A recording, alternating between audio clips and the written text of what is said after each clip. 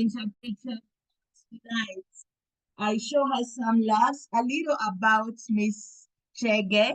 She is a sign language interpreter and a communication consultant with over 13 years of experience in sign language interpretation.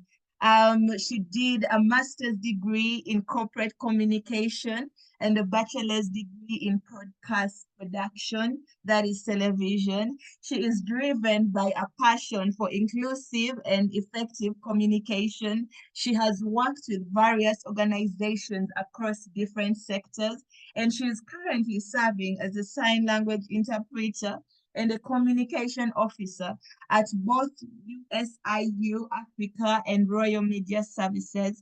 And she is committed to promoting accessible communication that is clear, concise, and inclusive for all.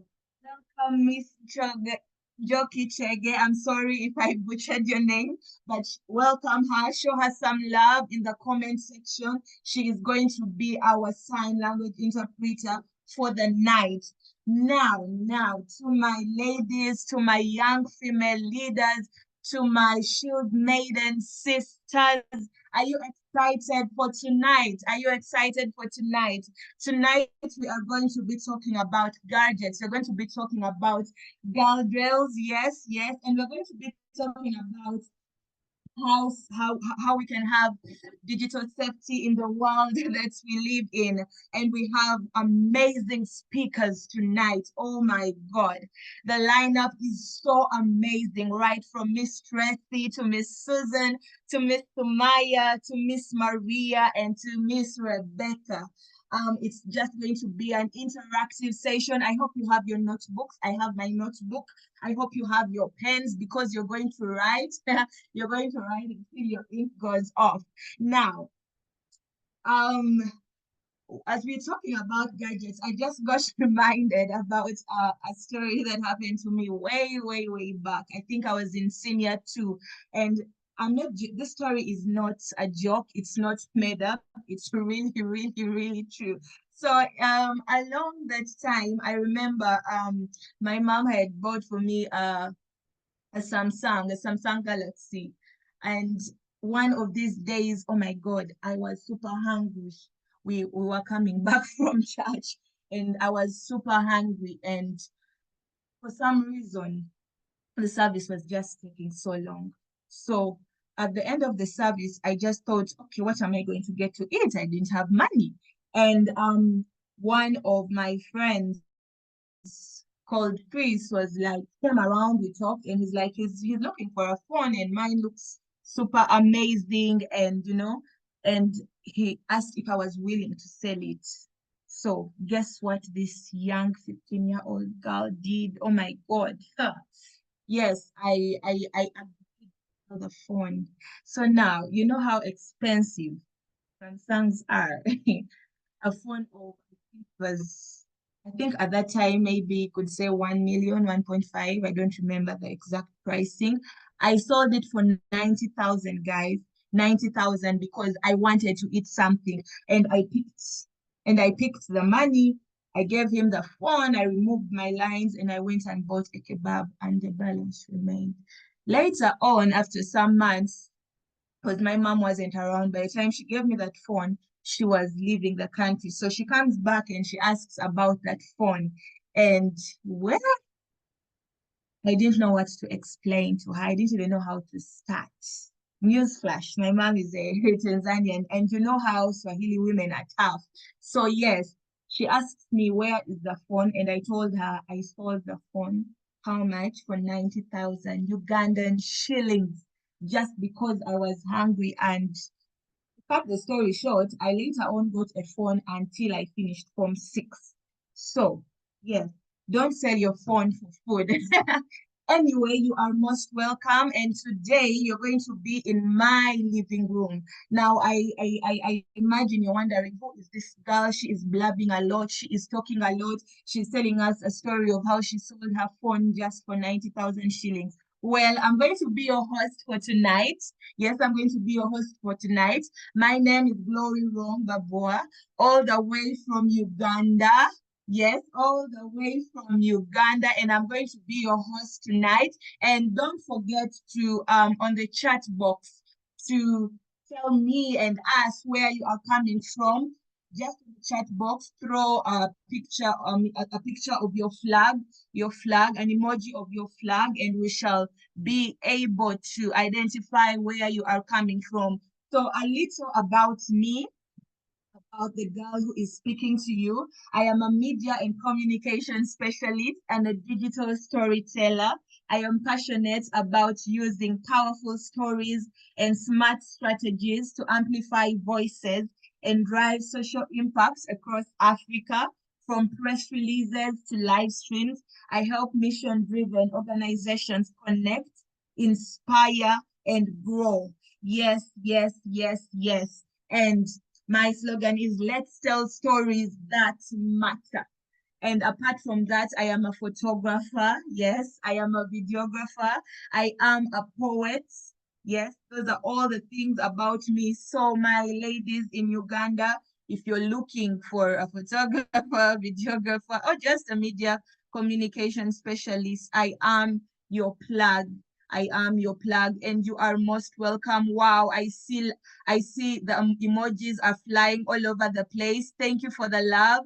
Thank you, thank you, thank you for the love. Thank you for the love. And since we are talking about gadgets, I would love us to know that this is a safe space and this meeting is going to be recorded, but it is a safe space. And before I forget, please grab that cup of coffee, grab that juice, that soda, that water, because right about now, we are entering into our discussions for the night. Are you super excited like I am? Just throw those fire emojis. Wow, I see our sisters from Uganda. You are most welcome. Our sisters from Kenya, you are welcome. For Mauritius, you are welcome. You are almost welcome. So we are going to be having our first speaker.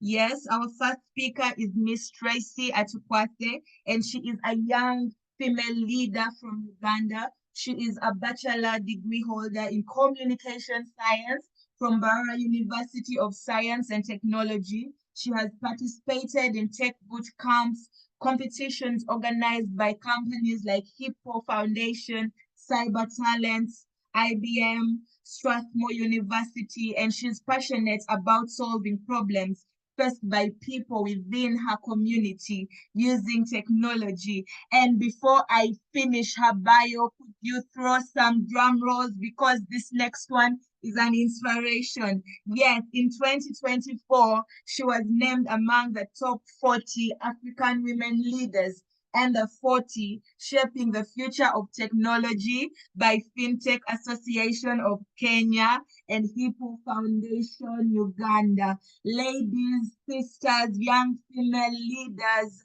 shield maidens, would you join me right in the comment section by welcoming Miss Tracy Atukwase to take on the stage as our first speaker? Miss Tracy Atukwase, you are most welcome.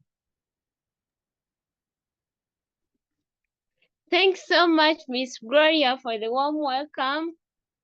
Good evening, everyone. I'm Atukwase Tracy, a Ugandan young female leader from the Amazon Leadership Initiative. I'm both truly humble and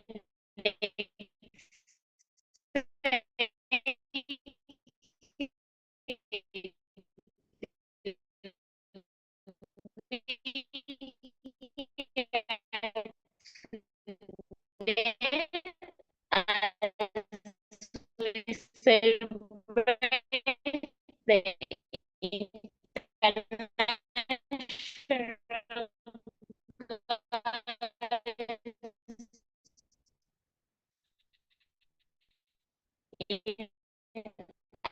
ICT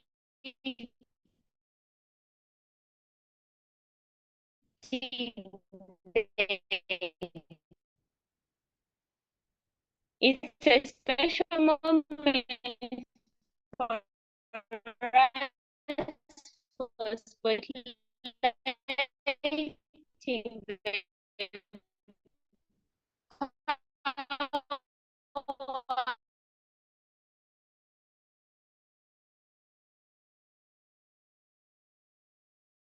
Okay, sorry. I think Miss Tracy Atukwase is having an issue with her network, but she will come right back. I think her network is a challenge where she is. I think it is a challenge.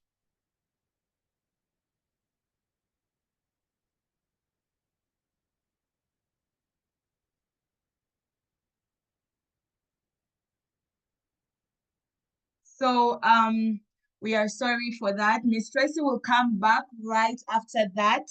But in the meantime, are you ready? Are you ready? Are you ready? Are you ready? As I said initially, I am super excited for this. I don't know about you, but I'm super excited for this. Right about now, we are going to be having our next guest. Yes, our next speaker, she is going to come on and take the stage. And as I welcome our next speaker, Miss Maria Muneni, Shield Maidens, where are you? Show me some love. Show me some love in the in the chat box because this is one of you. Yes, Shield Maidens. Yes, yes, yes, yes. So Miss Maria Muneni is part of Shield Maidens. And Shield Maidens, just show some love. Just show some love in the chat box. Yes. Miss Maria Muneni is the co-founder of Shield Maidens, a community that supports and empowers women, girls, and persons with disabilities through digital skills, advocacy, and technology. She is a woman with a disability, a lawyer by profession, and has a strong interest in cyber security and data protection law. Miss Maria is an alumna of the African Girls Can Code and a proud Siemens Empower Her ambassador and a peer mentor. She co-founded Shield Maidens to create a safe and inclusive space where women with disabilities can learn about technology, protect themselves online, and become leaders in the digital world. And right about now, welcome with me, Miss Maria Muneni. Miss Maria Muneni, you are most welcome. Thank you so much, Glory, for such a wonderful introduction. Guys, let's give her some love on the chat box and also react from what exactly our speaker has already talked about. And so, hello, ladies. I really hope that you're well. I know it's the end of the day and we are a bit tired. So, grab some coffee or an energizer drink that will help you boost your energy because this is an event that I don't think you want to miss out. And so I'm so happy to be here with all of you as we gather to celebrate International Girls in ICT Day 2025. And so let me take this moment to thank the Amazon Leadership Initiative, Send Caucus, for partnering with us, Shield Maiden, on this special occasion. And so your support and belief in the power of girls in technology makes a really big impact for us. And as introduced, my name is Maria Muneni, a co-founder of Shield Maidens, and I'm deeply honored to share with you the overview and significance of this powerful event. And as a woman with a disability, a lawyer by profession, and someone whose passion for justice has grown to include a really deep interest in cybersecurity and data protection, this day holds a special place in my heart because it isn't just about technology, it's about transformation. International Girls in ICT Day is a global initiative that encourages girls and young women to pursue studies and careers in ICT. The day was created by ITU, International Telecommunication Union, and so this day seeks to close the digital gender gap and ensure that girls know that tech is for them too. Tonight's event really Girls, Gadget, and Guardrails, staying safe in a digital world. You'll learn more about what it means. It can't be more timely. We live in a world where girls are more connected than ever. We are sharing, we are coding, we are learning, we are exploring. Yet, we are also more exposed to digital dangers like cyberbullying, misinformation, and also online exploitation. So that's why we need more than just access to gadgets. We need guardrails.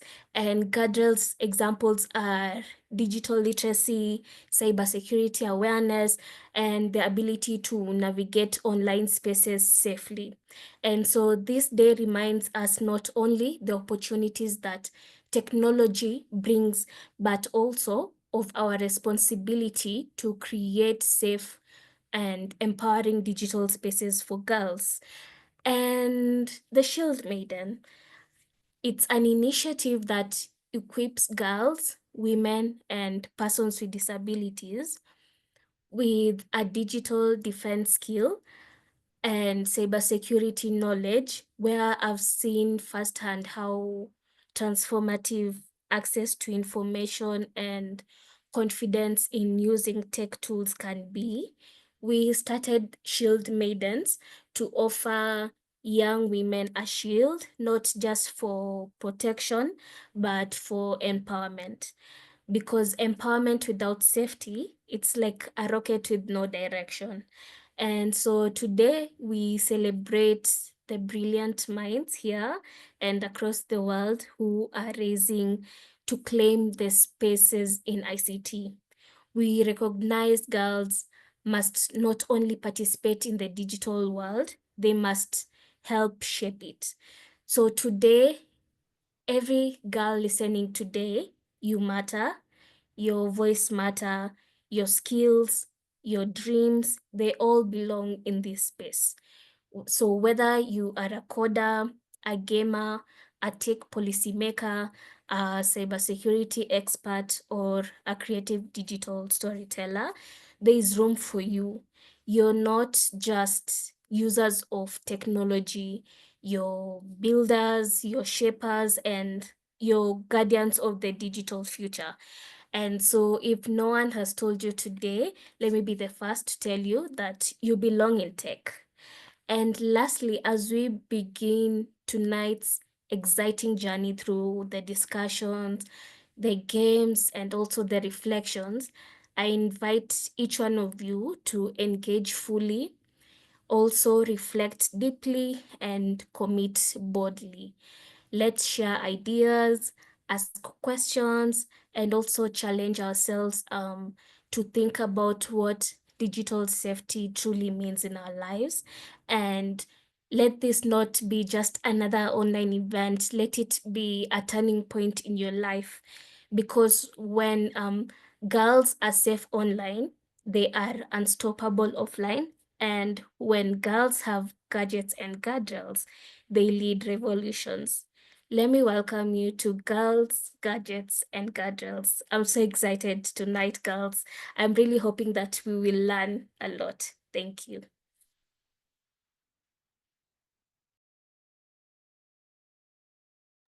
Wow, wow, wow. Amazing, amazing. Wasn't that just empowering? I already feel empowered. I hope you're taking notes though, because empowerment without protection is like a rocket without direction. Wow.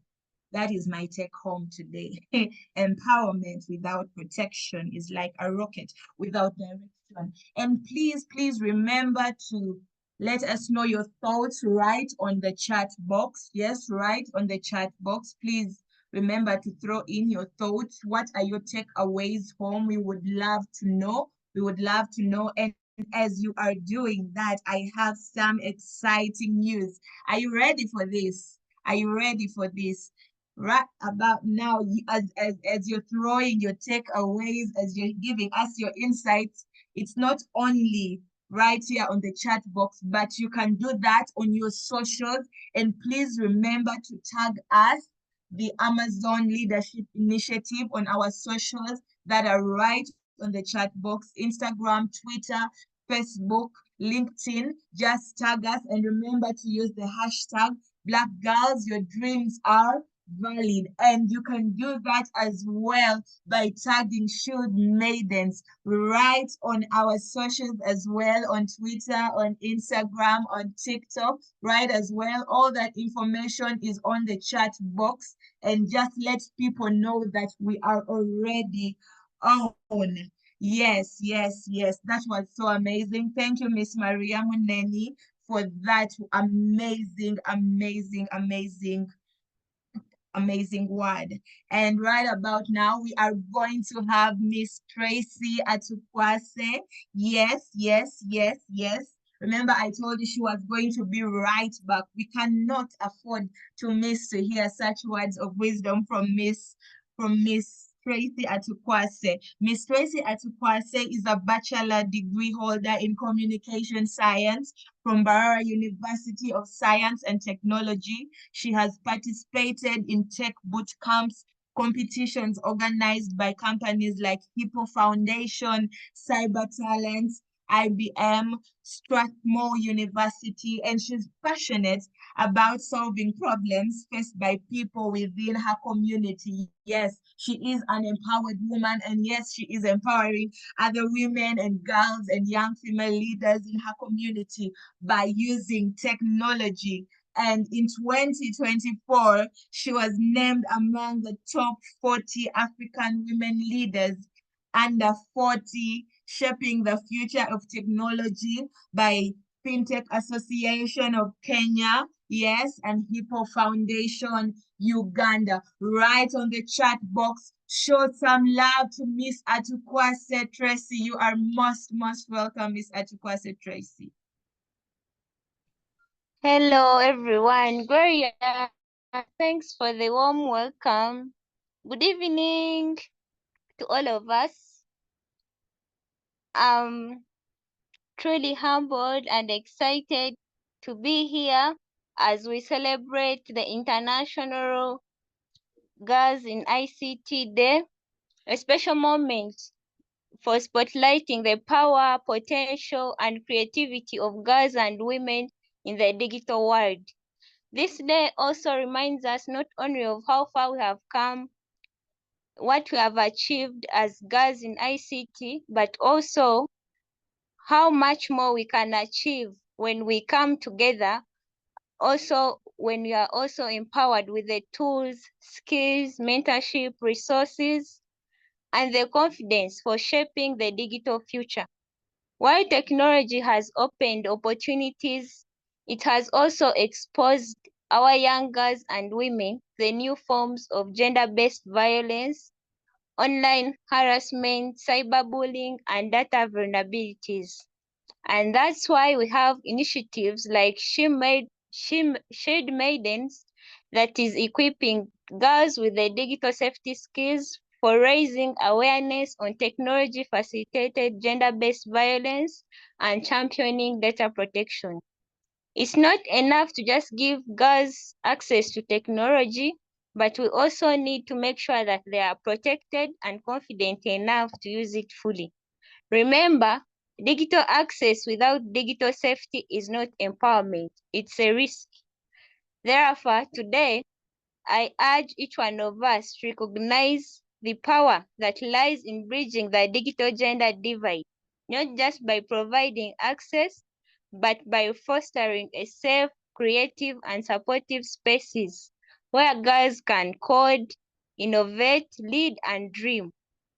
Let us not leave anyone behind, not the girls from the underserved communities, a woman living with a disability, not the student who has never touched a computer, but include each and every one. On this day, we are not just celebrating girls in ICT, we are also calling for action. And I invite all of you, the educators, partners, parents, policymakers, all of us who are also attending this meeting, to join this movement So whether you're here as a student, teacher, mentor, or just someone who cares, kindly join us in creating safe spaces for our girls in ICT. Remember, empowerment is contagious, and therefore, let's ignite a movement that will change the world. Because when girls are safe, supported, and skilled, they not just participate in the digital world, they will transform it. As I wind up, ladies, let me leave you with this beautiful quote that I love. It goes, never let it down until good gets better and better gets best. Thank you, and I wish all of us a happy International Girls in ICT Day. Back to you, Miss Gloria. Wow, wow. You guys, I'm literally starting to run out of words because what these speakers are doing to us is unexplainable. Digital access without digital safety is not empowerment. It is a risk. I hope you got that right. I hope it has stuck to your brains. I am loving the comments that are coming out. I'm loving the comments. Elizabeth, thank you. She says, thank you for the quote. She says, I belong in tech. Yes, girl, you belong in tech because your dreams are valid. Thanks for the love. Thank you. Thank you. Keep on just making this a live discussion. Wow, wow. Anastasia says, a girl who is safe online is unstoppable. Yes, yes, a girl who is online is unstoppable. The sky is the limit. Thank you for the love. Thank you for the love. And right about now, we are entering into our second session. Are you ready for this? Are you ready? I hope your eyes are good. I hope you are not sleeping. If you're sleeping, please run to the kitchen and get some coffee. Just go and make yourself some coffee. Get yourself some snacks because we are just only beginning and you don't want to miss any sentence. You don't want to miss any comma. You don't want to miss any full stop that is being said. And we are entering our second session. It is girls and gadgets. Girls and gadgets. Are you ready for this? And just drop right on the chat box. What phone are you using? What gadget are you using? What gadget? What gadget? Samsung lovers, can I see you? iPhone lovers, can I see you? Infinix lovers, can I see you? Techno lovers, can I see you? Yes, I'm seeing Samsung lovers. What else? ITEL lovers, can I see you? Can I see you? Hawaii, yes. Oppo, okay, okay, okay, okay. Infinix, yes. It's coming, it's coming, it's coming. Just write on the chat box. Just drop, just drop. Vivo, Apple, okay, Samsung. Just drop what gadget are you holding right now? Just drop it, just drop it, just drop it. Thank you, ITEL lovers. Impossible. Okay, those with iPhones, donate to us. We also want to use iPhones. Talk to us nicely. Talk to us nicely. Maybe today you might win one. So we are going to have our next speaker. As you are dropping what gadget you are using, just keep on dropping. Just keep on dropping. We are going to have our next, and that is Susan Wangari. Are you ready? Are you ready? She is a student in tech doing IT, and she's passionate about cybersecurity and DEIB. She is an advocate for intersex people, and she's so focused on ensuring equity among people, regardless of age and gender. She believes that everyone belongs somewhere in the society and they have a voice in the society. And she is part of Shield Maidens. Shield Maidens, show some love to your very own. Yes, yes, yes, this is your very own, which is a group focused on creating awareness on TFGBV cyber safety practices, and data protection. She is also an alumna of the African Girls Can Code Initiative and Siemens Power Her program. Join me in welcoming Miss Susan Wangari. Miss Susan Wangari, you are most welcome to take us through. Wow, wow. Thank you so much, Glory, for the great introduction. Good morning, good afternoon, and good evening, ladies, from wherever you are joining us from. I am Susan, and I am so happy to be part of this program. Um, Kicking off the session, I want to start with an interesting question. What do you love most about being online? There are a lot of things you can do online. And before I share with you guys what I love most about being online, please feel free to unmute yourself, tell us what you love most about being online, type in the chat what you love most about being online. And I'm also going to share a link to a poll on the chat. Please interact with the link and tell us what you love most about being online. There are a lot of things you can do online. You can cook, you can look for tips for cooking. Yes, accessibility. Leah says accessibility. Thank you, thank you. Yes, people are saying to look for makeup videos. Thank you. Um, Please interact with the poll. Yes, yes, thank you. Wow. 50% love entertainment and leisure. Oh, thank you. Connecting with others, yes, at 20%. Also, learning and development, 33% of you love learning and development online. Yes, connecting with others. Oh, entertainment and leisure has the highest. Actually, I love entertainment and leisure too. Yes, thank you. We have no bloggers in the room. Shopping online, yes. Still entertainment and leisure at the highest at 40%. Thank you, everyone. Bunny says she knows the current affairs of the country. Wow. Ruth says she access services from home. Um, Aliyah says information. Anastasia says preaching the gospel and listening to biblical teachings. Hazel, ordering food. Lazy bones of cooking. Yes, Hazel. I understand you. I also love ordering food online. Thank you, everyone. Um, yes, entertainment and leisure still at the highest. We all love being online for entertainment and leisure. What I love most about being online is that I can get ideas. I can learn something new. I can get updates. I can search for anything online that I want. Um, all of that in whatever you do online, it's a choice. Ask yourself, am I using the online platform safely? Am I using it the right way? Is it safe for me? Or what I do online, is it the right thing? As we dive deep in today's topic, I'm hoping and I'm so eager to learn new things today. And I hope we all learn something new and something we didn't know from today's session and utilize it. Back to you, Glory. And please share with us what you love most about being online. Thank you, and ladies, happy International Girls in ICT Day. Thank you so much, Miss Susan Wangari, for that amazing poll.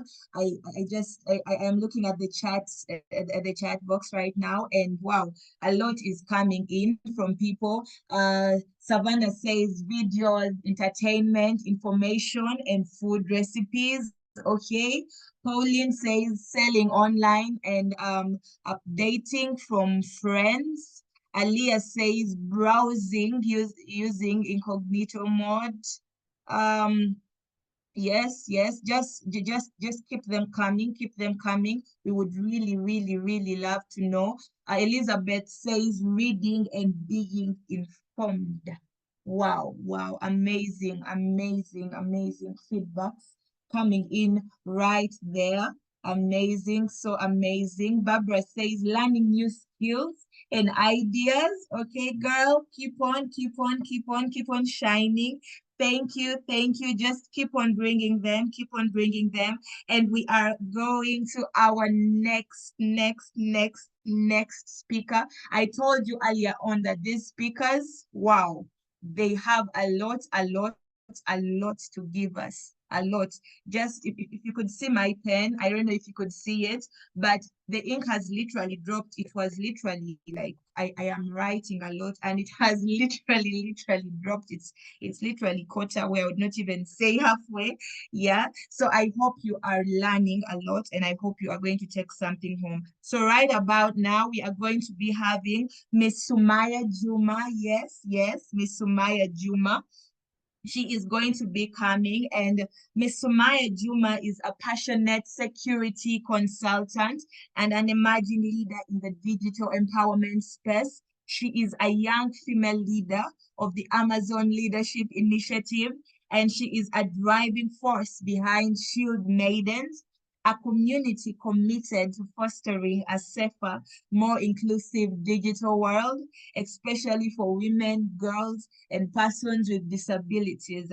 She is a proud alumna of the UN Women African Girls Can Code initiative and a peer mentor in the Siemens Empower Her program. Sumaya uses her voice, her skills, and lived experiences to champion equity and digital safety and meaningful inclusion of the underrepresented groups in technology and cyber security.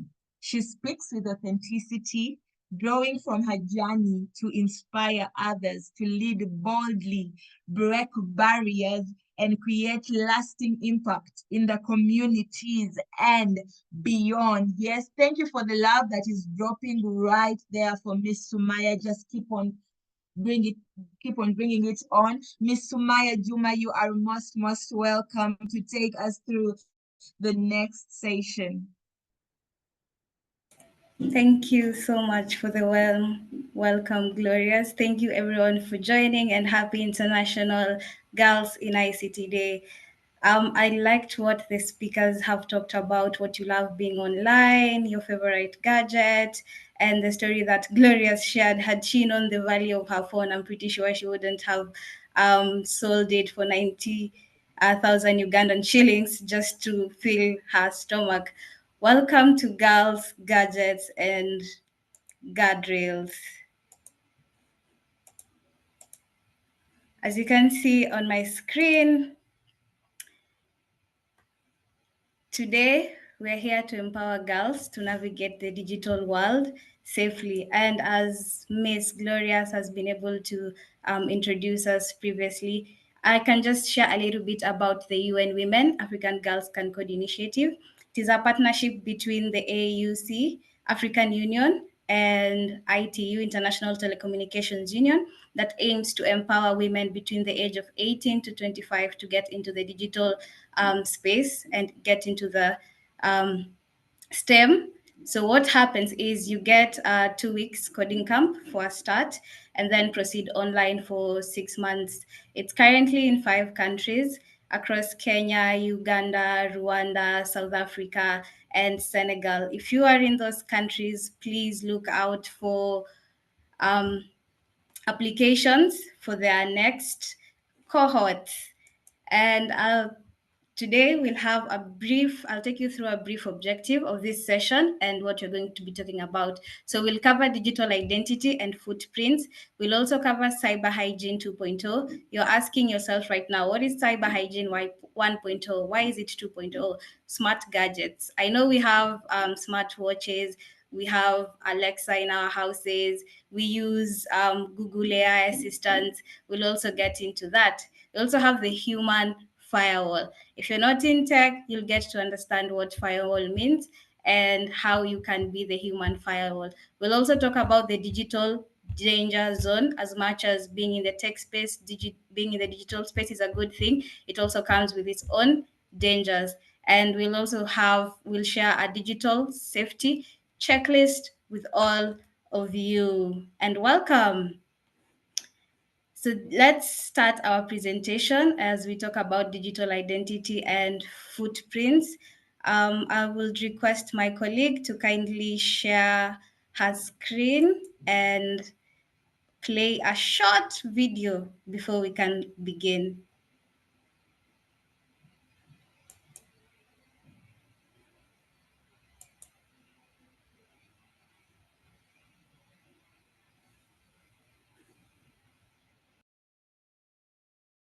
Have you ever seen an ad for something you've only ever talked about and wondered, is my phone listening to me?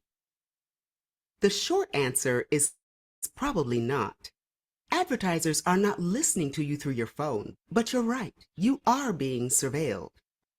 Data brokers collect, buy, and sell your data for profit. Much of this data isn't information you've explicitly shared. It's been actively and silently taken from you.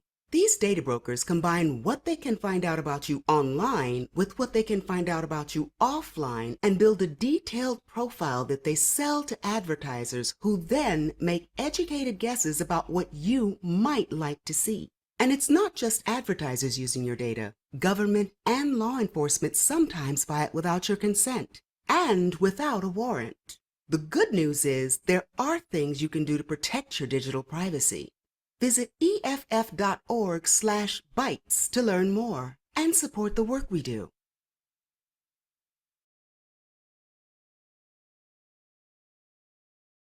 Thank you so much for that. As we've heard, is your phone listening to you?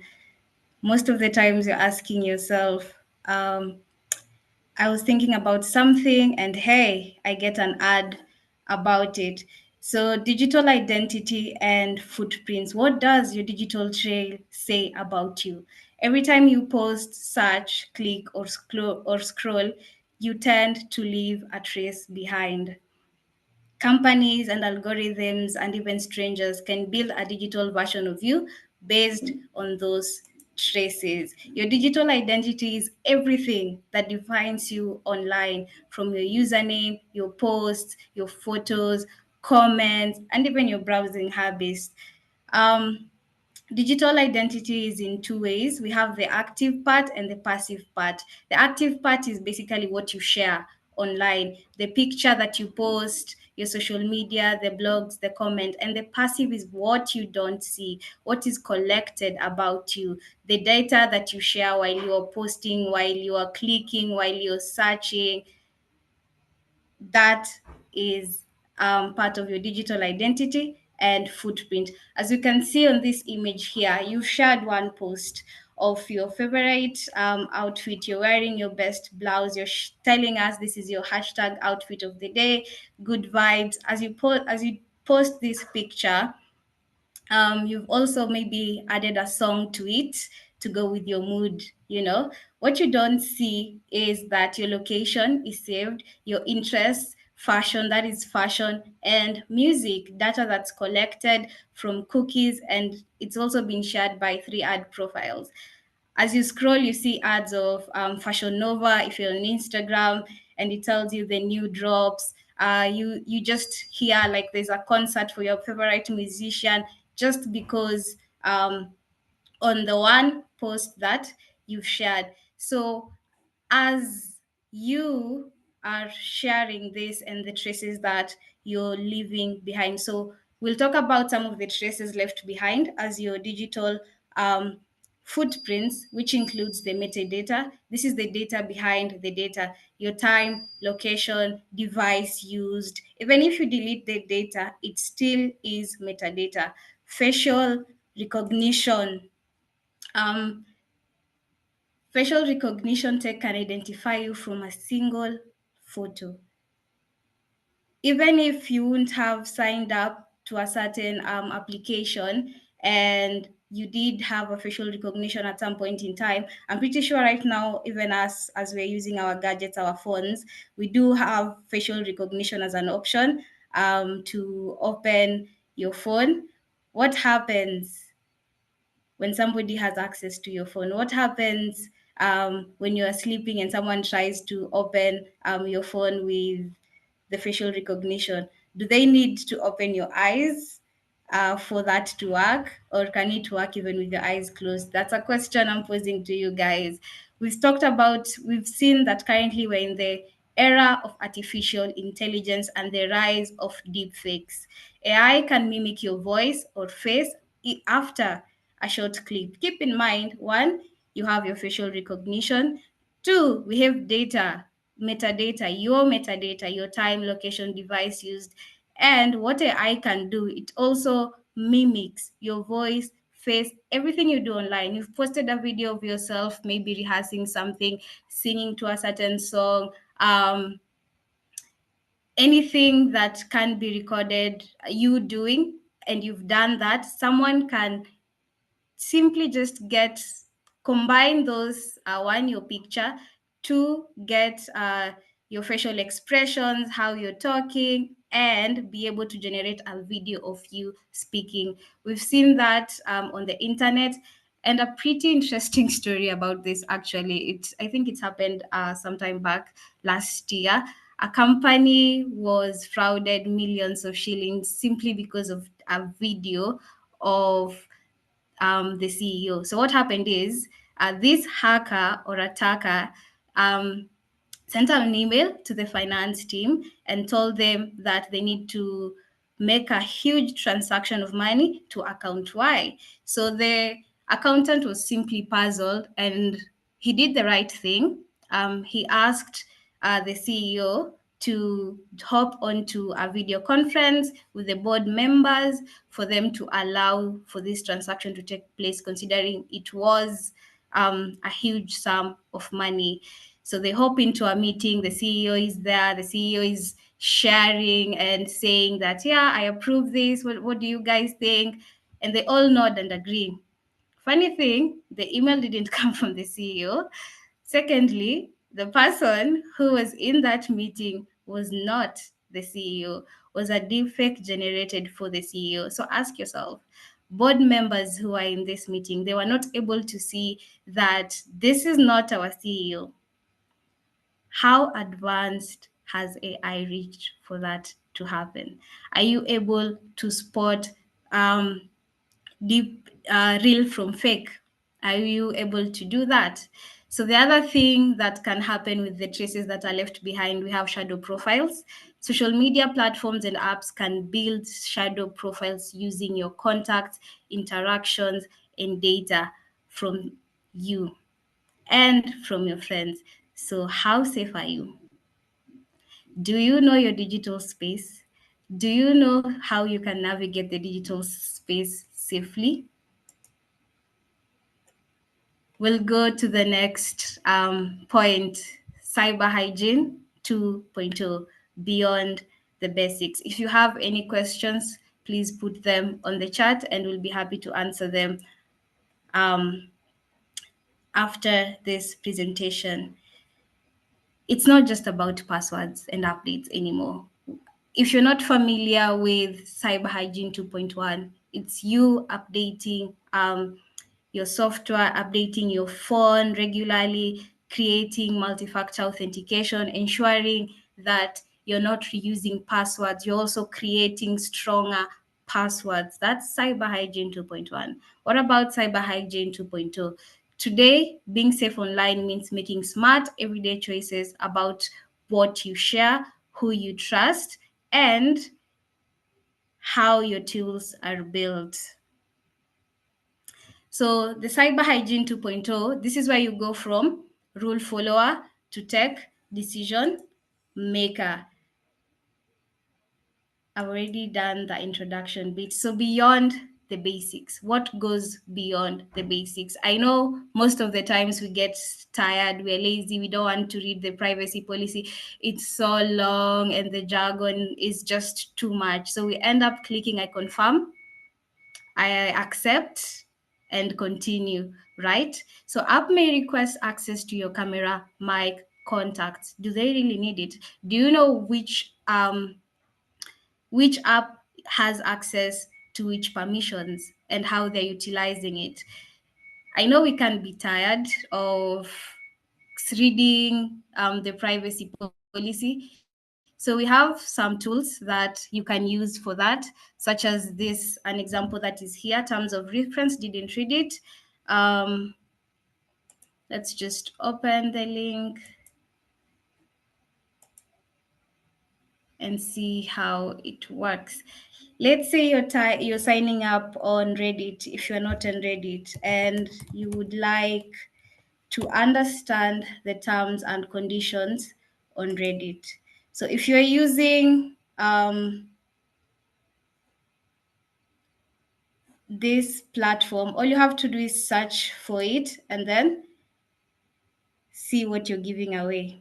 So this service can read your private messages. You sign away moral rights.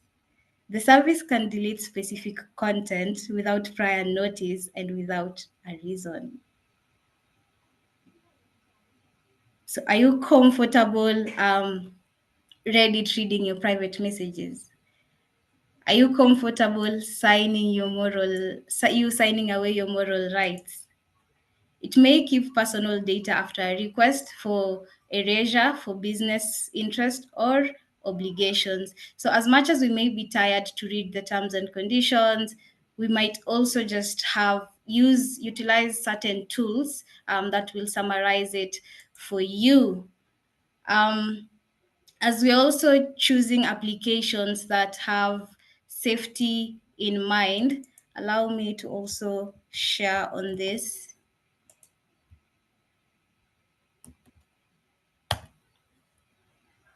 So the Electronic Frontier Foundation is a defending digital privacy, free speech, and innovation. It has some of the tools that you can use to protect yourself online. One tool that I particularly like and I would implore you to use is the Privacy Badger. So how can you use the Privacy Badger and what does it do? So the privacy let's just open it, is a browser extension that automatically learns to block invisible trackers. It helps reduce your digital footprint. So how do you access it? One, go to this website. Two, open Privacy Badger. Three, add it to your Google extension. If you're using Chrome, it has several options. If you're using Firefox, click add to Firefox and it will automatically added as an extension. I am using Chrome, so I'll click add to Chrome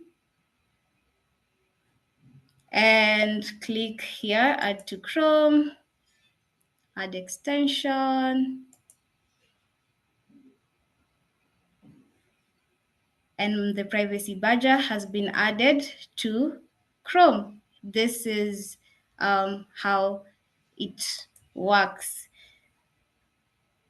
Let us continue with the presentation. So data minimization. Do you need to give your data? Do you need to give your location? What is your understanding of the Data Protection Act in your country? Considering we have different country representations, are you familiar with the laws, the safety laws on data protection within your country? If you're not familiar with them, I urge you to go and search and understand that.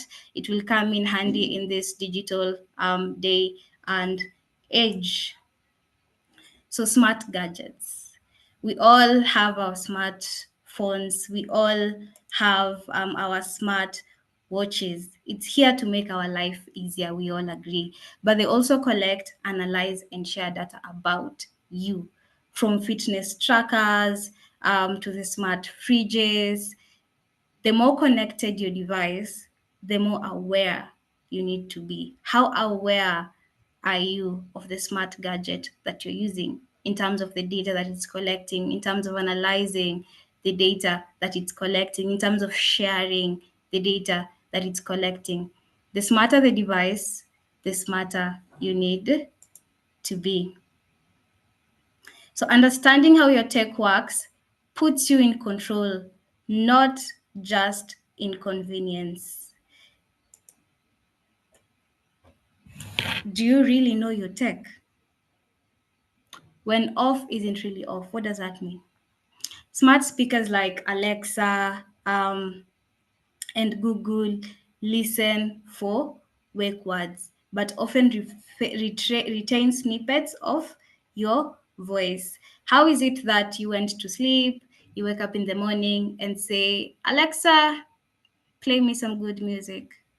Alexa, play me my favorite song. How does it know your favorite song?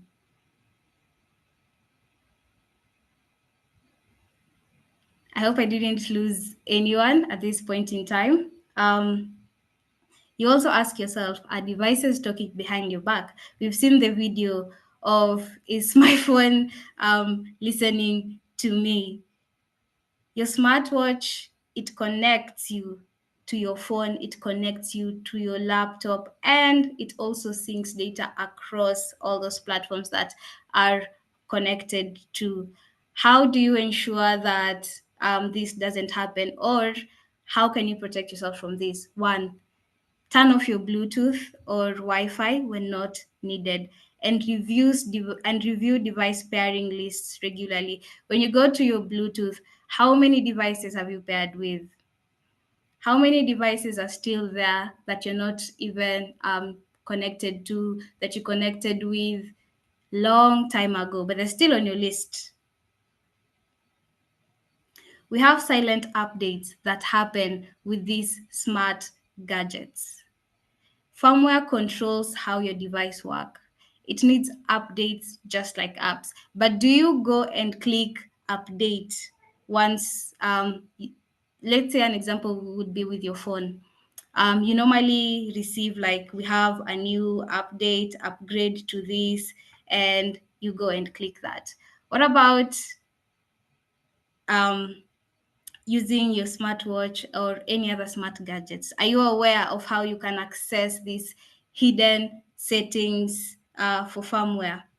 I would advise you to visit the manufacturer's website or app for update instructions.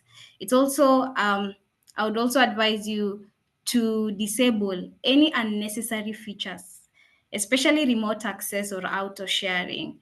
So it's time for you, ladies, to know your gadgets and have your guardrails. We have data collection by design, the free trade off. Free services often mean you are the product. The data that you are giving out is the real product. You sign up on Instagram, it's free. You sign up on Facebook, it's free. You sign up on Reddit, it's free. You don't really have to pay it unless you want to be featured. You want to have that, like, hey, I have the badge. So how do you protect yourself from this? How do you know the data that you're trading off? How do you protect yourself from trading off a lot of data without even realizing it? I shared privacy badger. That is one way to protect yourself. And as you read the privacy policy, I insist on this. You don't have to read the whole thing. Utilize tools that are readily available for us. And also, opt out of data sharing where possible and avoid linking unnecessary accounts like your Gmail or social media. Um, let's look at the data that is collected about you with a smart gadget. Device info is at 10%. Voice commands is at 25%. Contacts and messages is at 15%. Location data, 21%. Usage patterns, 30%. What does this tell you? It tells you that it's a smart gadget. It needs to learn you and the way you're using it for it to be able to guide you better. But as it's doing this also, what are the risks? And also, how much information are you giving out as you're using it? I'm not trying to scare you about technology. No, I'm just trying to share how you can navigate the digital world safely. Tech is a good thing, and I would just like all of us to understand our gadgets, to understand what we're giving out, to understand how we can better ourselves, and of course, our siblings, and how we can share this information with them once we are aware of our guardrail. We talked about the human firewall, spotting social engineering. So, what is social engineering? At this point, I would request my colleague again to share a short video. And as the video is playing, keep in mind that you're the first line of defense. It doesn't have to be thinking before you click. And I would ask you to put on the chat your understanding of that short video once it's played.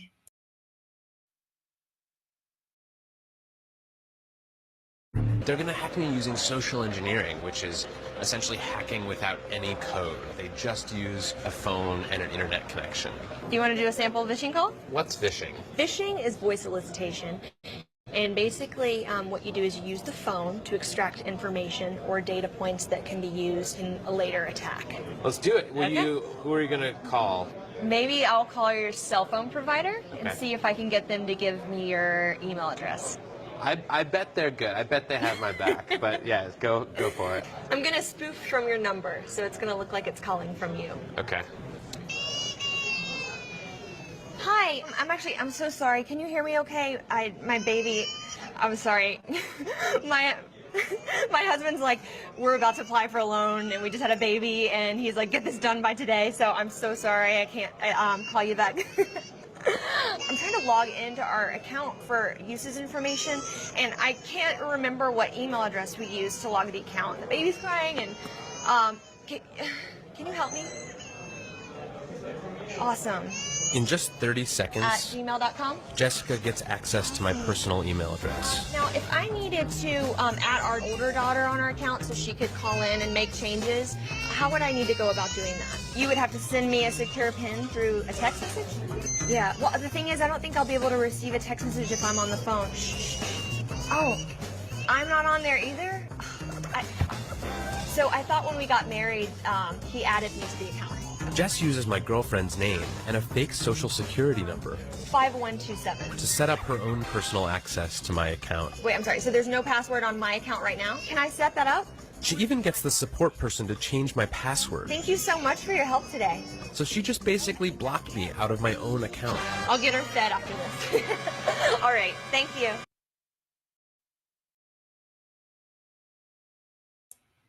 Thank you for sharing. The question that I asked before the video played, what were you able to get from that short clip in one word or in one sentence? I'll take the first 2 or 3 responses.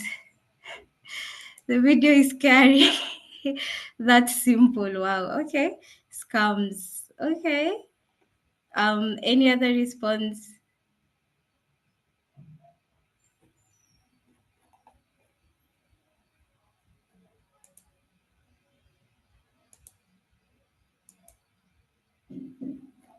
Sorry, I can't see. It shouldn't be this simple to get access to information. Yes. The guy believed that the service provider has his back and he wouldn't be able to get all that data like just she did, you know? So ask yourself, if you receive a call from your bank telling you, hi, I am your bank, and we realize that there's a suspicious activity with your account. We just want to confirm that whatever is happening, it's you. Please share with us a few details. Of course, they have this data on their back end, but they're just confirming it from you. Are you going to spot a phishing call and be like, ask them more questions, or are you going to be quick and say thank you for noticing that.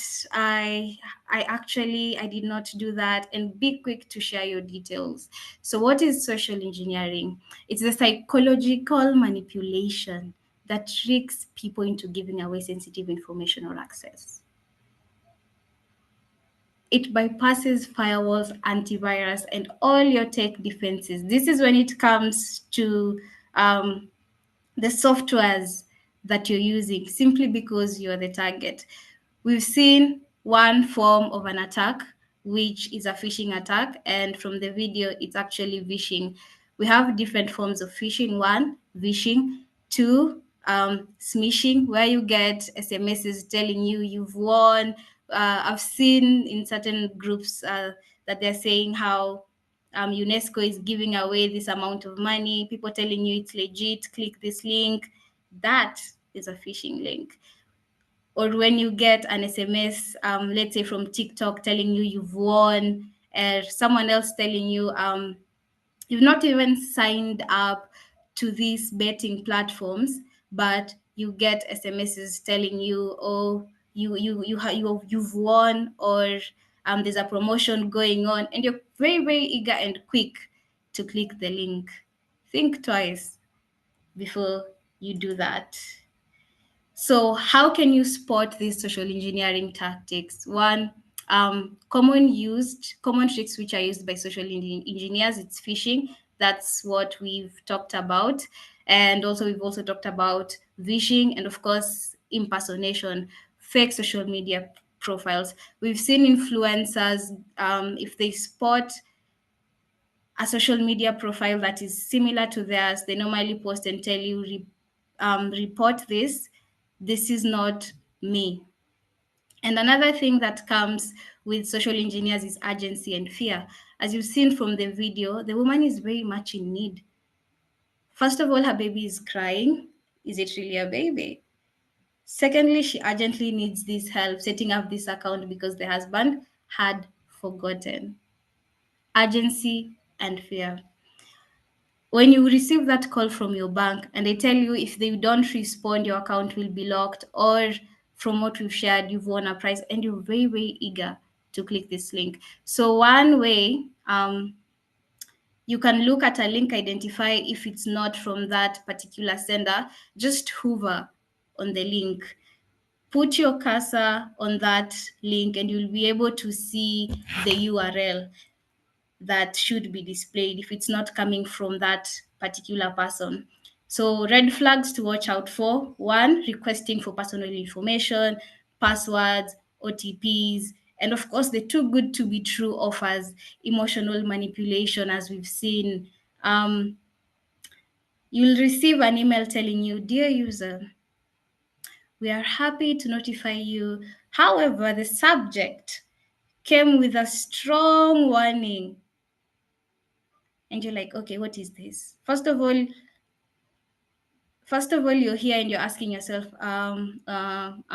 okay, you're internalizing. Why is this a strong warning? Is it something that I've done?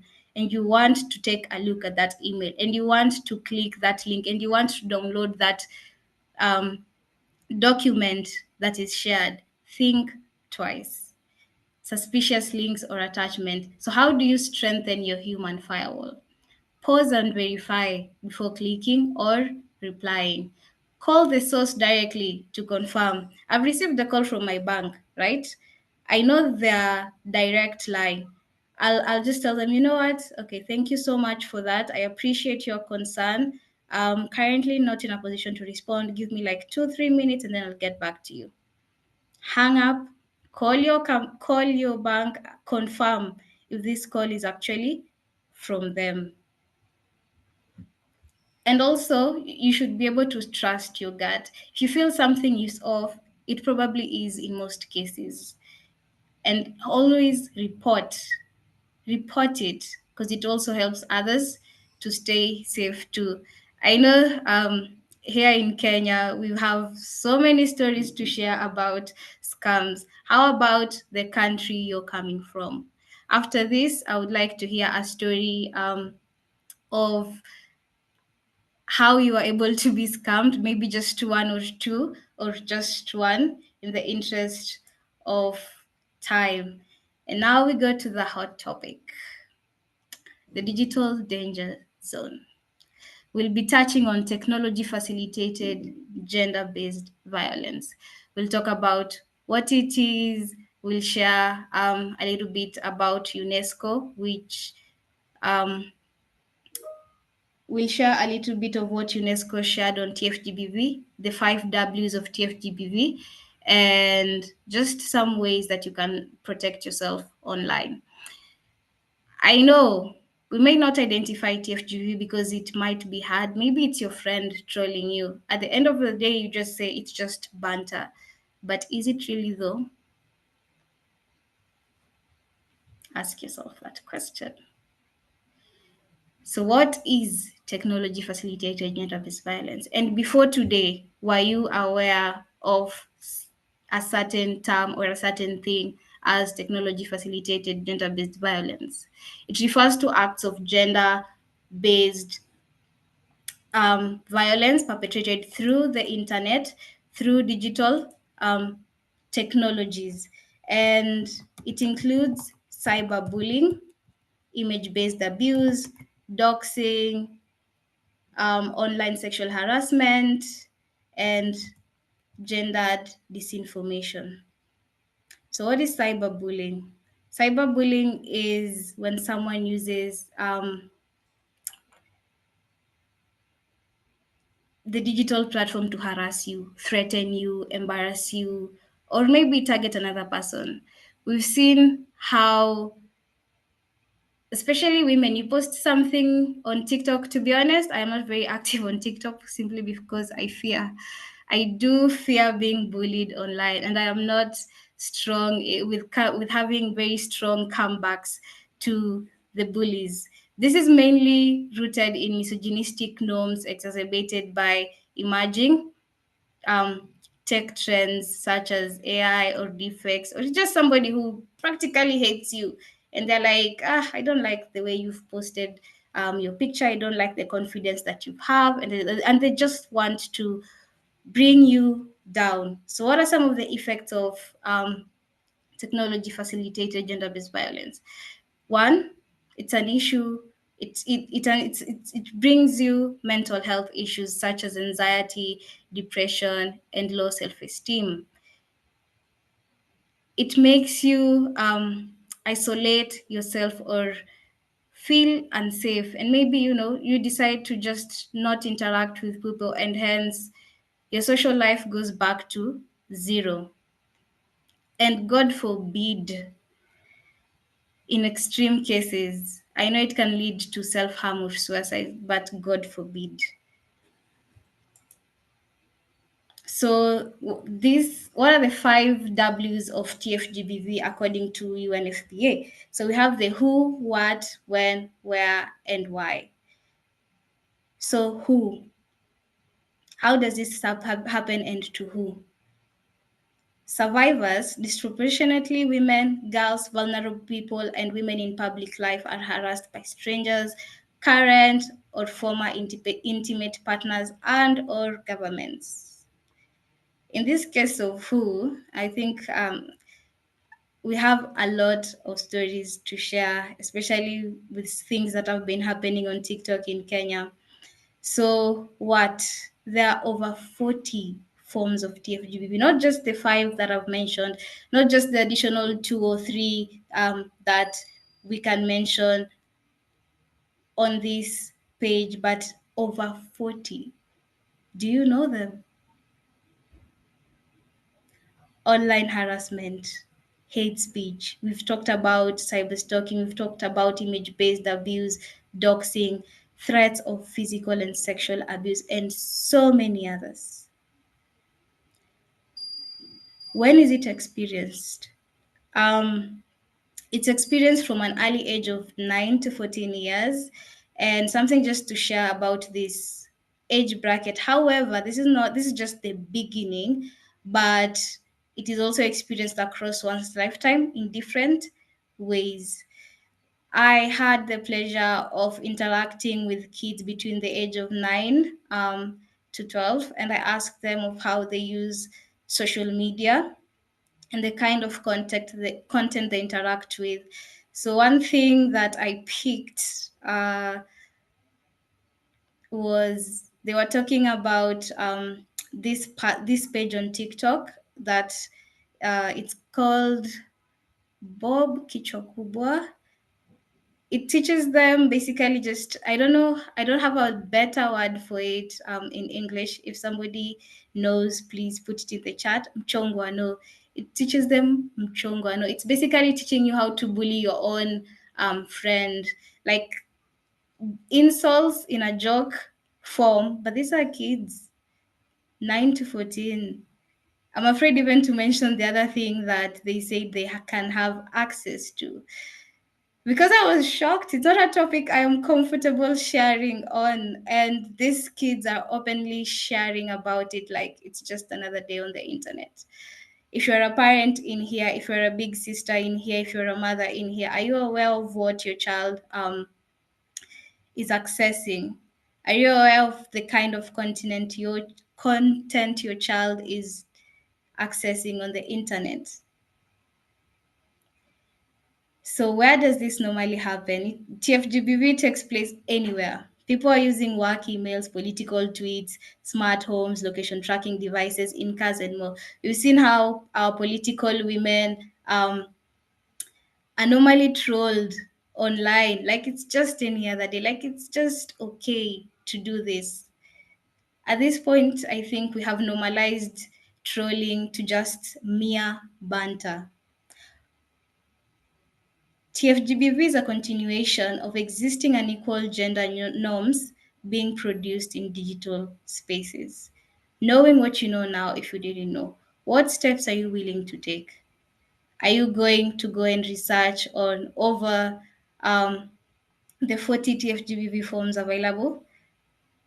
Or you're comfortable with what you know? Are you going to take a look at what your child has access to?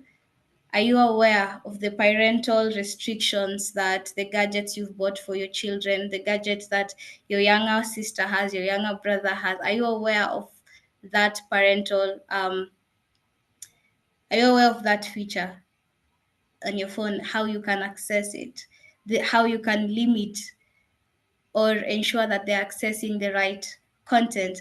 Just another thing I've just remembered.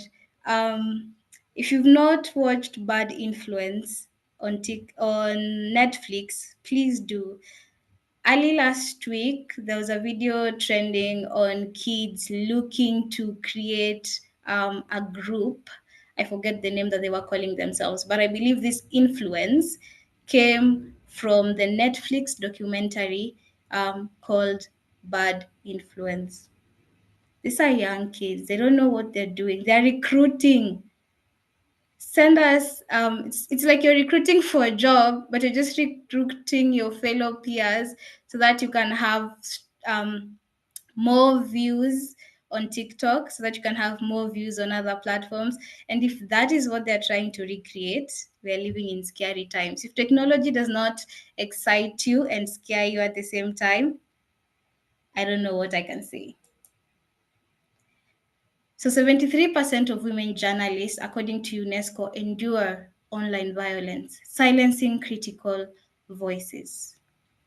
90% of tertiary students witness TFGBV. You were once a student. 90% of students witnessed TFGBV. 39% experienced it. Are you one of those who saw and experienced it, or are you one of those who only saw? And what actions did you take then? 38% of women worldwide have faced online violence, rising to 45% among the ages of 18 to 24. According to UN Women, 1 in 3 women experience online violence. That is at 33%. Are we aware of what TFGBV is? Are we able to spot it from afar and say this is not just banter, and say I am not comfortable with this? Are you in a position to take the right steps and report? What can you do when when someone tries to troll you online? One, try not to respond, because honestly, I don't have good comebacks, so I just try to stay out of it. Try not to respond. Two, you can take a screenshot of it and together with a timestamp and report on that platform. I know of several each and every platform that you use. Facebook has a reporting option, Instagram has a reporting option, Twitter has a reporting option as well. Before we go to the digital safety checklist, allow me to share on this particular platform and how it works. So what do you do if someone is threatening to share your intimate images? Let's say you trusted this person at one point in time, you shared your intimate images with them because you're in a relationship together and felt safe at the time. But then again, you changed your mind and decided this is not for me. And this person threatens to expose you. If you don't get back with him, what are you going to do? How are you going to report these images? So, how do you use this platform? One, you just create your case, and I like how it's a very easy, quick step. So how do you create your case? What is your age in the image or videos that you want to submit? If it's under 18, if it's over 18 or over, select any. This can be used by any age. So who is in the image? Are you reporting you, or are you reporting on behalf of someone else? Now, this is also something that I like about this platform. And it's normally used globally. It's not just in Kenya. You can access it from anywhere in the world. Let me say it's myself. Let's see the second option. Help us understand what is in this image so you can be sure if this is the correct service for you. Are you in a public space? Are you in a private place? Let's select I am in a private place. Help us understand what is in this image. If you also don't want your photo to circulate, it doesn't have to be semi-nude or you are nude. Even if you're fully clothed and your image is being used in a way that you wouldn't like, this is also a platform that you can also report it. Let's say I'm fully clothed. Let's see. So what is in the image? Are you engaging in a sexual act? No. Have any of your intimate images, videos already been shared online? So if it has already been shared online, you will have to go to that platform and report. I'll share how you can do that as well here. If it's not yet, it's just that you are threatened that this person is going to share these images, please go to this platform, raise your case. They do not keep your images. Believe you me, they do not keep your images. Let's just click no. So once you select the images and post them, it's important to note that it only generates a hash that will be shared with the participating companies.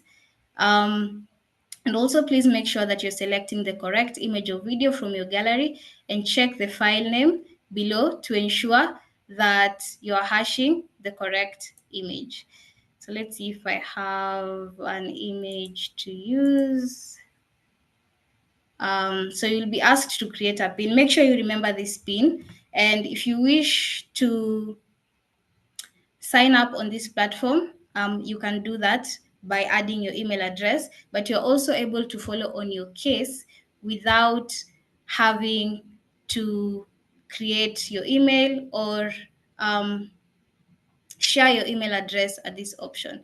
So let's use a simple pin.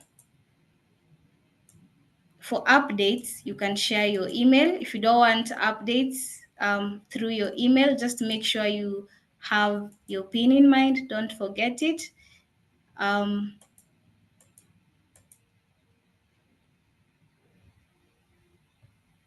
It has to be 6 characters and more. Again, stronger passwords, stronger PIN. So confirm, review your case, what is you have uploaded. Am I the person in the images? Confirm. If you enter an email address, your case number will be emailed to you.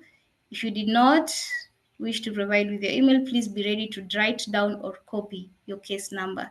That will appear on the next screen.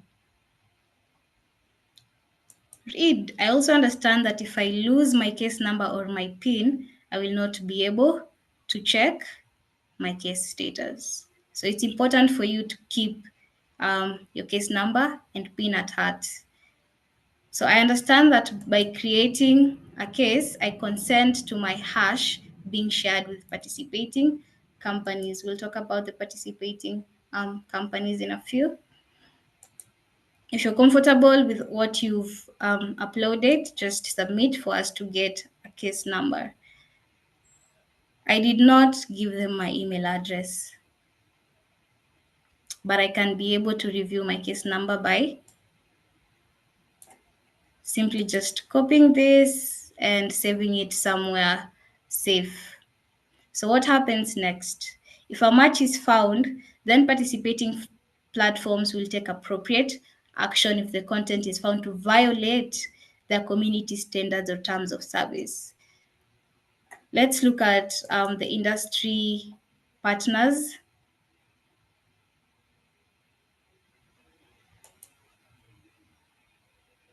And also familiarize yourself with the resource and support that are available. So these are the participating platforms and how you can report to them directly.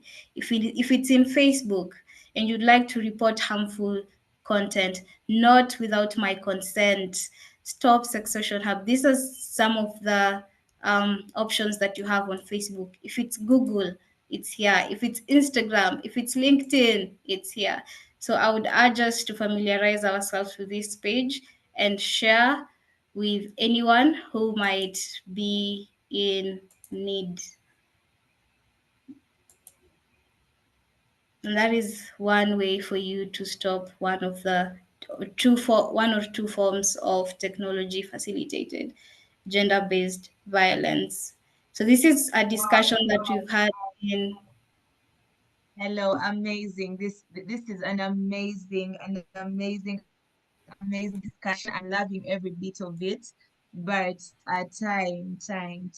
So yes, Miss Sumaya, if you could please try and summarize your presentation. Thank you. I will do that in this next and last slide. Thank you everybody for joining. I hope you were able to learn a few things, some new, some you already know. And you should have a digital safety checklist on how to protect yourself online. Following these options: personal information protection, social media safety, image and content security, emotional awareness. So if you want to familiarize with yourself with all these options, we have them on our social media pages, on Instagram, on LinkedIn, on Twitter. We have videos and steps that you can take. So with that, allow me to end it there. And I hope that you've been able to identify your guardrail. Over to you, Miss Glory. Thank you, Miss Sumaya, for that interesting and educative session. I hope, ladies, you have picked a takeaway that you are going to use. It has been amazing. Elizabeth says each country needs to have a social app act where they vet these apps, I think the social media apps, and regulate them before we all download it. And also the technology act needs to be upgraded so that we can be safe.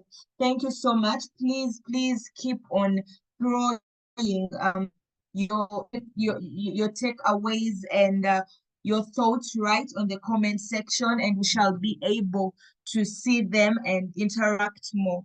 And we are now going to our fourth session. Yes, yoga drill, yoga drill, and to take us through this session is going to be Miss Maria. She's going to be taking us through. Before I invite her, do you all remember who Miss Maria is? Please drop it in the chat section if you remember. And one interesting thing about her, please just drop it on the chat section. And this is for Miss Sumaya. Pauline says, kindly share the link for that app, Miss Sumaya. Kindly share the link. I think she wants you to share the link for the app right on the chat box, and you can do that. Yes, so do we all remember who Miss Maria Muneni is? Well, I'm waiting to see that on the chat section. Yes, Alia says she is the co-founder. Yes. Yes, she is the co-founder of Shield Maidens, and she is a proud Semen Empower Her ambassador, and she is a peer mentor. If you are right here and you're looking for a peer mentor, we have you right sorted. Miss Maria Muneni is in the building, and you can reach out to her right on the chat box, and you can tell her, I am looking for a peer mentor, and she will just be the best fit for you. And right about now, please join me in welcoming once again Miss Maria Muneni to take the floor. You are most welcome. Thank you so much, Glory, for such a presentation. Ladies, haven't we learned a lot, really? Wow. Thank you so much, Sumaya, for the presentation. We have learned a lot. We are going with the knowledge that you have taught us today. So I have shared the link on the chat box.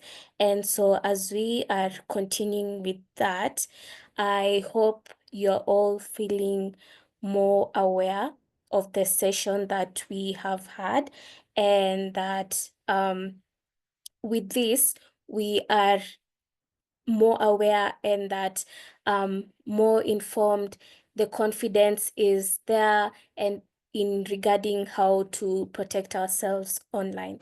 So with the first question, write one digital safety commitment that you have today and coming forward in terms of anything. Is it data protection? Is it data protection? Is it how to not share your personal details online? Is it using strong passwords, which we have also been told? And so right now I'll be talking about what guardrails are. So guardrails are simple personal rules or habits that help you stay safe online. So an example is when you're using the footbridge, when you're trying to cross the road, so you usually have the footbridge. The footbridge usually has barriers on both sides. So the metal barriers on the footbridge stops us from falling and having an accident. So with that, your digital guardrails are the same as the metal barriers, where they protect you from the online risks. We have not sharing personal details with strangers, using strong and unique passwords, also being careful about what you're posting, and with short story that I'm going to tell you, also think twice before clicking on the links. And so as we are continuing, let me share my screen I am seeing so many responses on the first question. So we have always think before I click. Yes, that's so true. You really have to think before you click on links. We have learned about smishing, phishing, vishing, all types of TFTBV, use strong password, online information, share, use 2FA. And in terms of 2FA, two-factor authentication, this is a really long topic that you guys need to join Shield Maidens for the oncoming sessions that we usually have. It's really interesting and you'll learn more. And so as we continue typing on the responses, I'll also like to hear from you guys. Do you want to unmute yourself and tell us more about your response as we continue with the next question? Before we continue with the next question, I'd like to hear from you guys. We have Elizabeth, Alia, you guys have been the chat box champions. I really like to hear from you and learn more on what exactly is your commitment.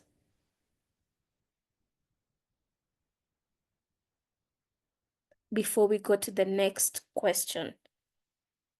On the chat box, I can't see any questions from the chat box.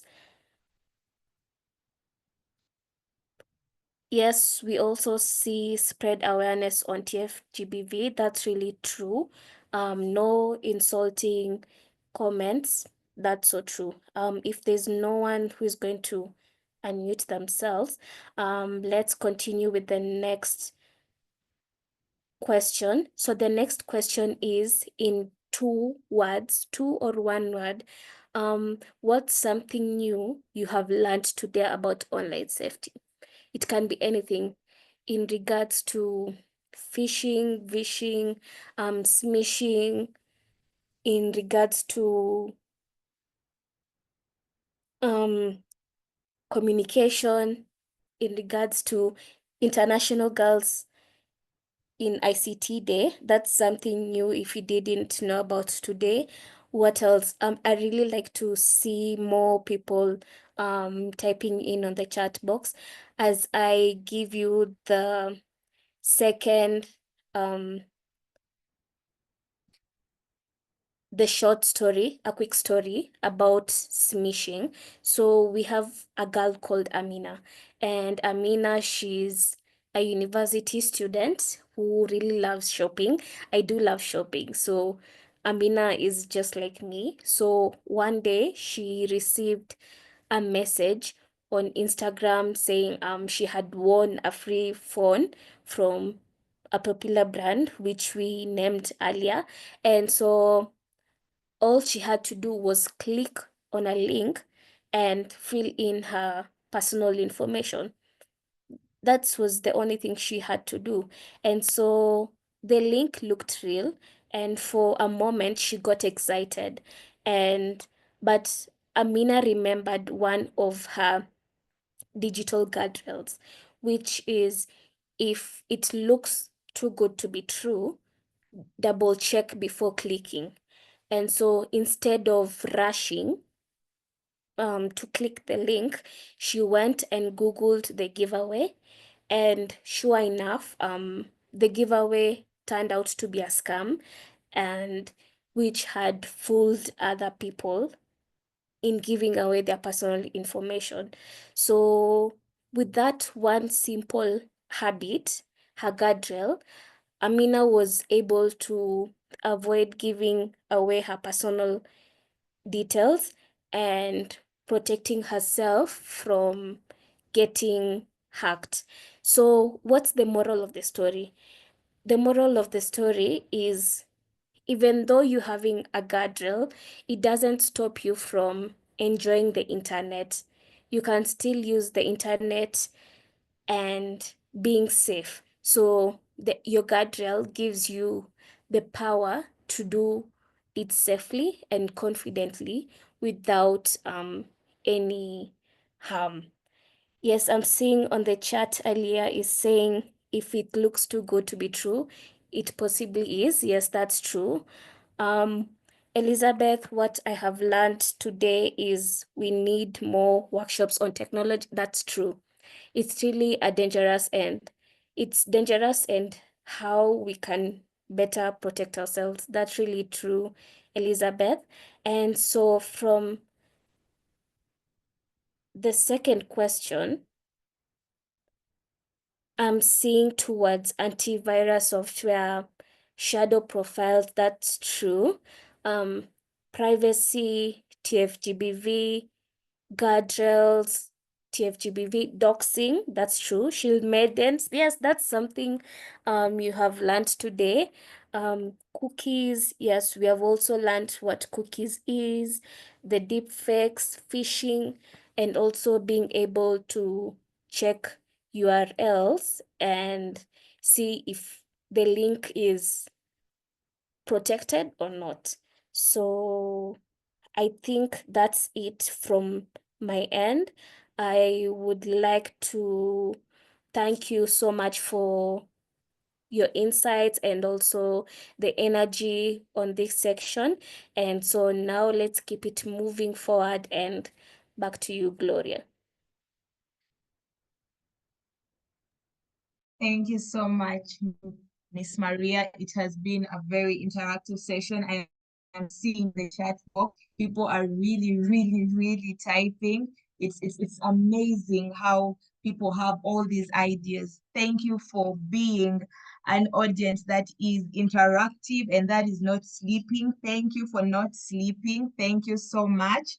And now we are entering into our last session. As they say, every good thing has to come to an end. And now we are entering our last session.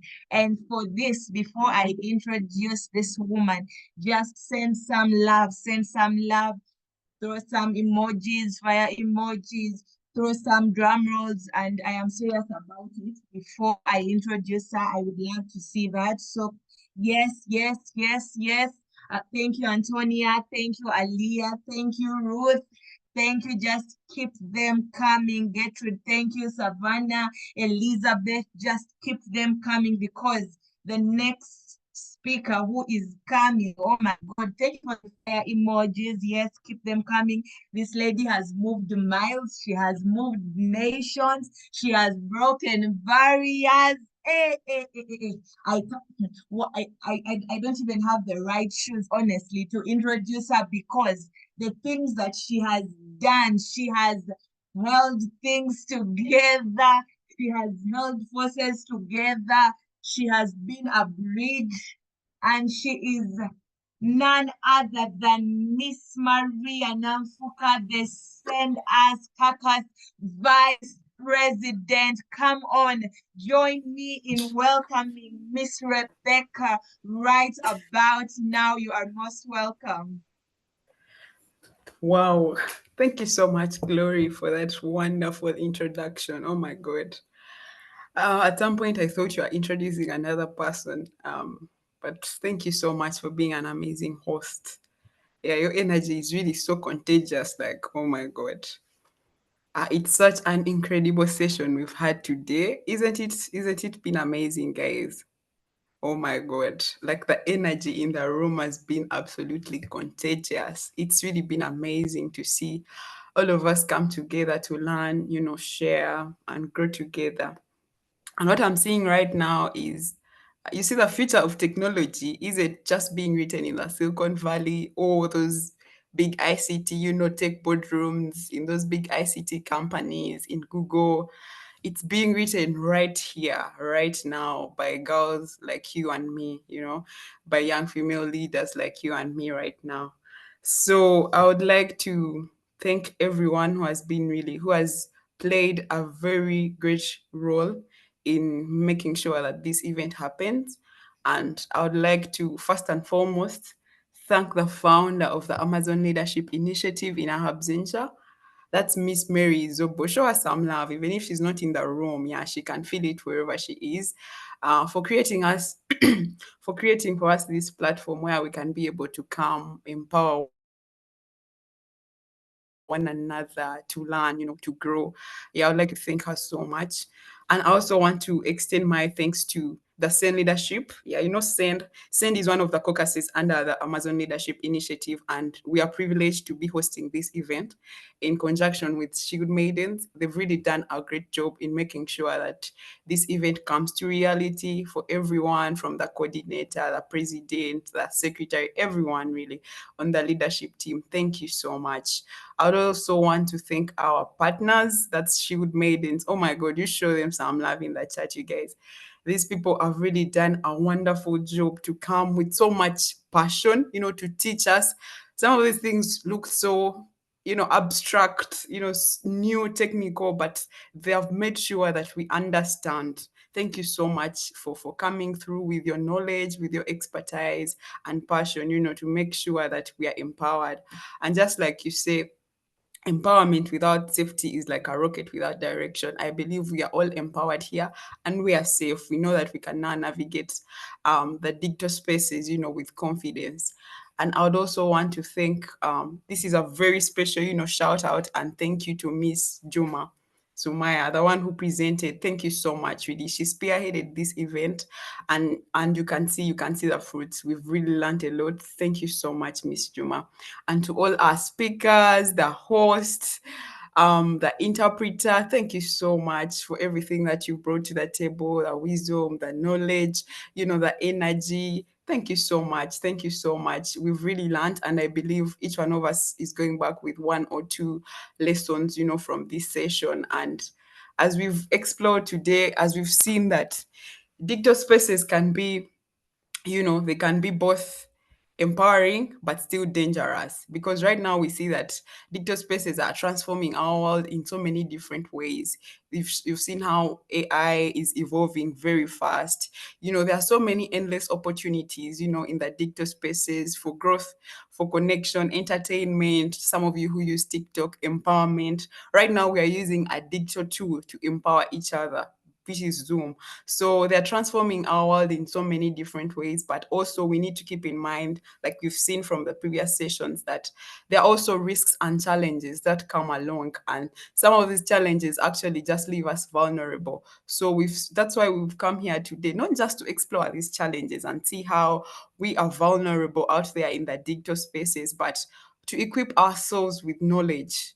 That's why the Shielded Maidens came on board to teach us how we can navigate these spaces safely and confidently. Because we've seen from one of the speakers, that's Miss Tracy, who made a point, and she said that we all have the power to transform. We all have the power to shape these spaces, from the picture you post on Facebook, from whatever story or feed you put in your social media platforms or pages. You all have the power. So whether you're starting out online or you're already a tech pro, like a cybersecurity expert, like our speaker Miss Umaya, or your voice matters, and it's in how you use your voice really that matters. And I would like to throw a challenge at all of us, as we've seen that we need guardrails on how to navigate these platforms, but also how about we be the guardrail, that one person who looks out for a sister online, who shares digital safety tips, just like we've been shared with today, who speaks up if you see any form of harassment. We've seen there's so much violence online from the statistics from the previous speakers. So how about you be that person also who protects we've seen we have a digital footprint, like every single thing you put out there online, it's a pattern. Like someone can get to you through what you've posted online. So how about you be conscious about what you post online? How about you push for digital spaces that are safer, where every girl feels like they are very safe, where every girl feels like they can air out their issues, and they feel like they can be heard online, because the world is transforming the digital way. So, and also I would like to leave us with this, that the internet never forgets. So that's why you see that an embarrassing post you made in 2005 can still haunt you today. So you just need to be mindful of what you post, of what you leave behind, like your footprint matters. So I call all of us today to arise, not just as not just as as us here just listening, but even if you're just a user of a gadget, of a tool online, even if you're just a creator, like those storytellers, content creators, as a leader, just strive for a more inclusive digital world. Yeah. So as we celebrate the International Girls in ICT Day, I want all of us to remember that our dreams are valid and we can own those spaces, yeah, based off that knowledge. I want to thank you so much for being part of this meeting. Thank you for everyone who has taken the time. I know it's late. I know we have some sleeping beauties in the room, but yeah, thank you so much for making the time. Over to you, Glory. Thank you so much, Miss Rebecca, for those amazing words of wisdom and for those closing remarks. Come on, just keep on showing her some love. Show yourself some love for joining. Thank you so much for joining in. It has been amazing having you. It has been a wonderful, wonderful day with all of you. And of course, show me some love for allowing you and inviting you to my living room, because I would have chosen not to. But anyway, thank you so, so much.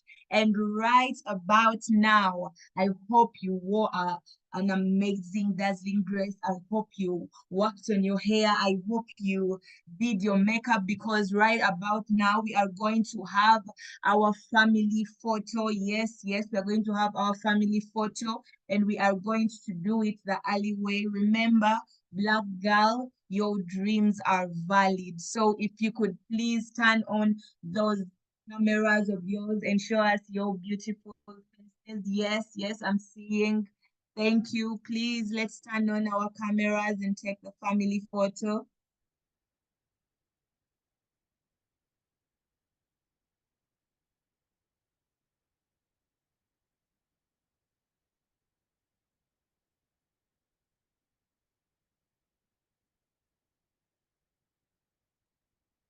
Ladies, we are waiting for you. Would love to see those beautiful smiles. Yes. I'm seeing Ruth, I'm seeing Elizabeth, I'm seeing Cynthia, I'm seeing Aliyah. Yes.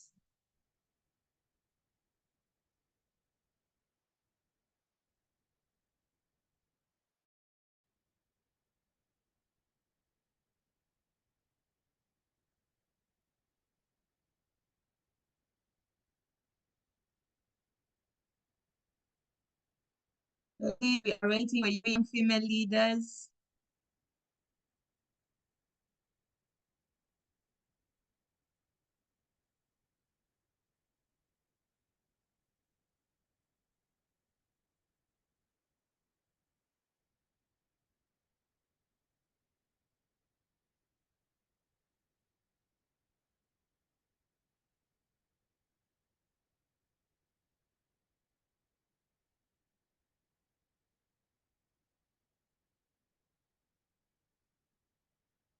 Yes. My dad is anyway. Please come on with those beautiful smiles.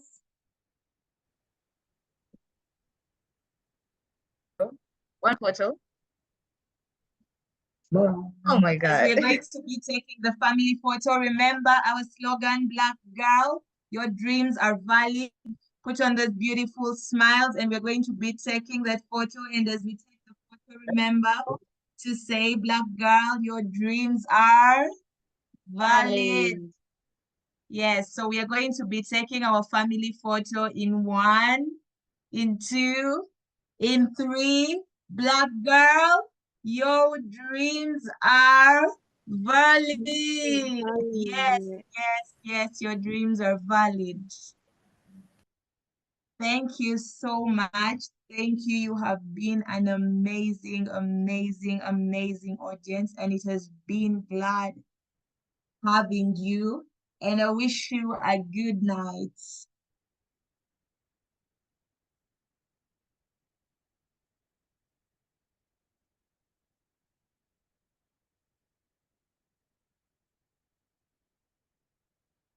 Good night, ladies. Good night, ladies. Have a blessed night. Good night. Bye. Bye. Bye. Bye.